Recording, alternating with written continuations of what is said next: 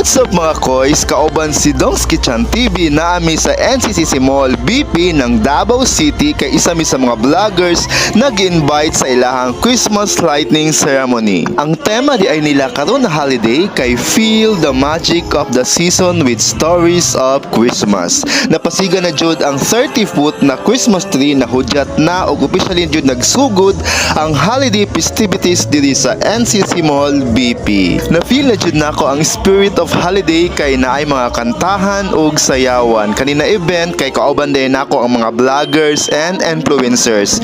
Celebrate the holidays with